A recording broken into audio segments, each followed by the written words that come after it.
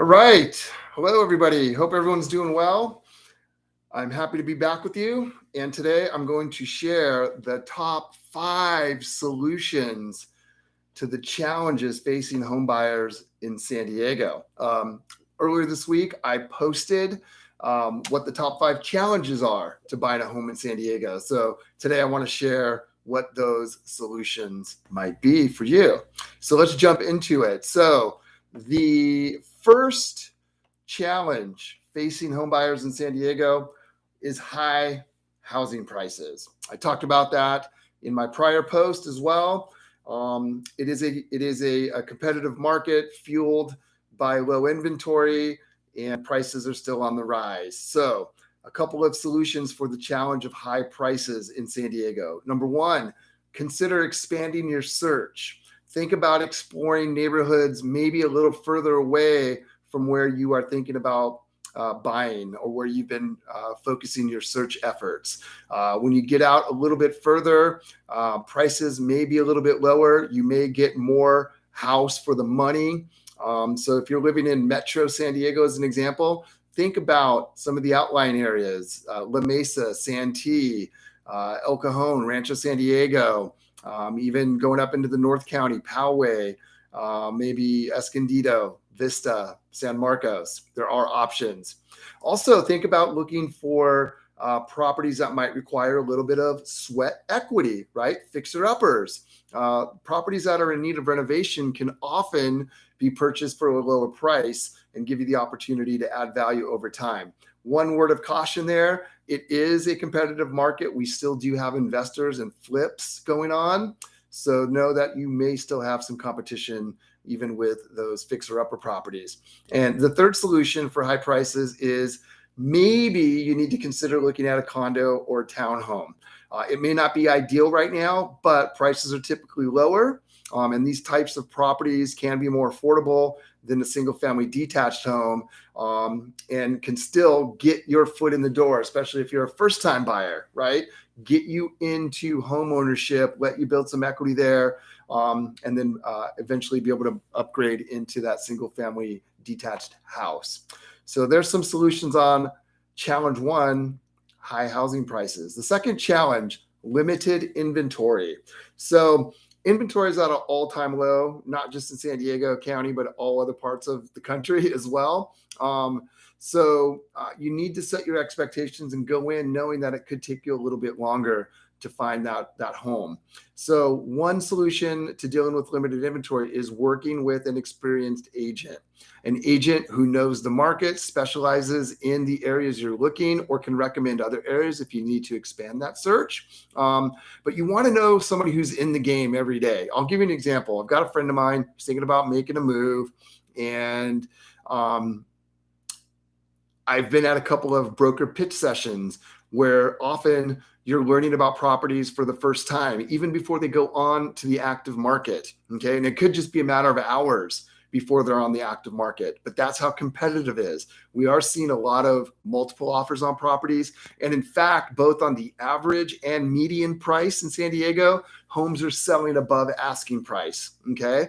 So, a matter of a couple of hours can make a big difference in whether or not you get that property. So I saw one this morning, actually texted it to my friend and said, hey, here's one you need to look at.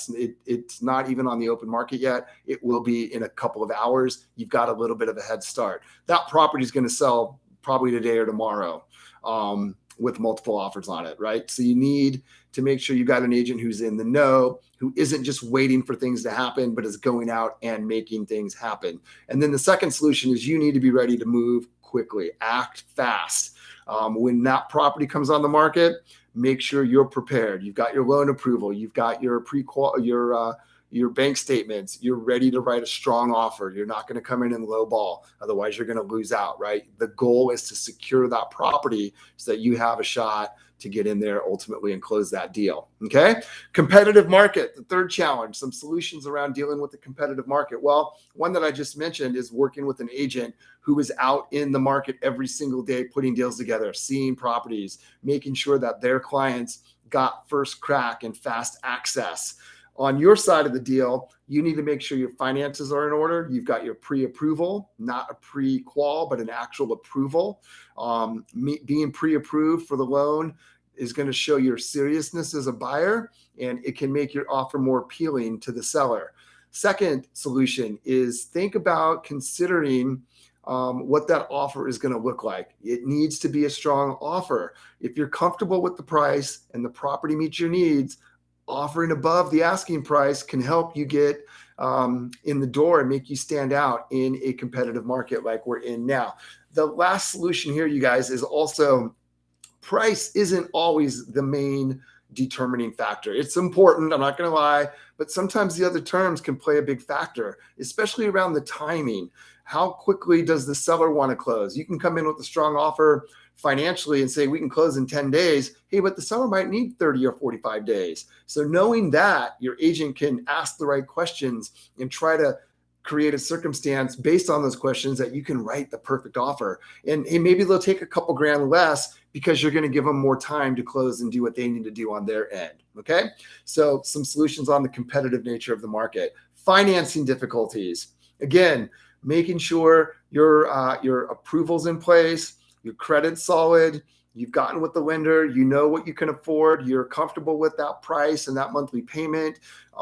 If you've got some credit issues, maybe working on that to improve your score, paying down some debts. One of the most important factors lenders look at is your debt to income ratio. In other words, how much of your monthly income goes towards paying your existing debt, because you're going to be stacking a mortgage debt on top of all of that, right? So you want to make sure that all of your financing scenarios are squared away, okay? And a good agent is going to be able to recommend a top-notch lender, not because they're getting anything for it, only because all of the people we refer to our clients, we refer for one reason, and that's because they do a great job for you. We don't get anything out of it other than satisfaction knowing they're going to take care of you.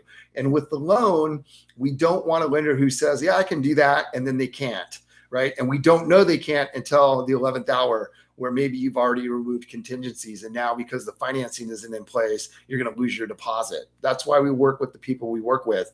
They can do what they say they can do, or they tell us up front, I can't do it. Okay. Maybe you need to save a little bit more for a larger down payment, put a little bit of a larger deposit down, right? So these are things we can discuss and figure out how we can best help you secure the best terms and pricing when it comes to your loan and your monthly payment. Okay. And then that fifth scenario challenge was understanding local regulations and processes. Again, working with a local agent who knows how to do things, what buildings are VA and FHA approved, which are not, what's a good HOA, what's not a good HOA, what are some things I need to be looking out for, not just from the perspective of that particular home or property that you're buying, because you're not just buying that property, you're also buying into that community. You're buying the lifestyle and all the amenities that come along with living in a certain place. So understanding the full scope of what happens in that community is super important. And a lot of that, you guys, you can research and educate yourself on, right? You can take some time to familiarize yourself with what's going on in certain communities. I always say, look, maybe you drive by at your lunch hour, drive by at night, drive by early in the morning. Is there a school in the area? What does that traffic look like, right? What other amenities are around here that I'm going to be able to tap into, right? Things like that. So you can do a lot of that research on your own. Ultimately, all of these challenges and solutions impart one important thing, and that is for you to remember that buying a home in San Diego is still going to require some patience and some flexibility on your part.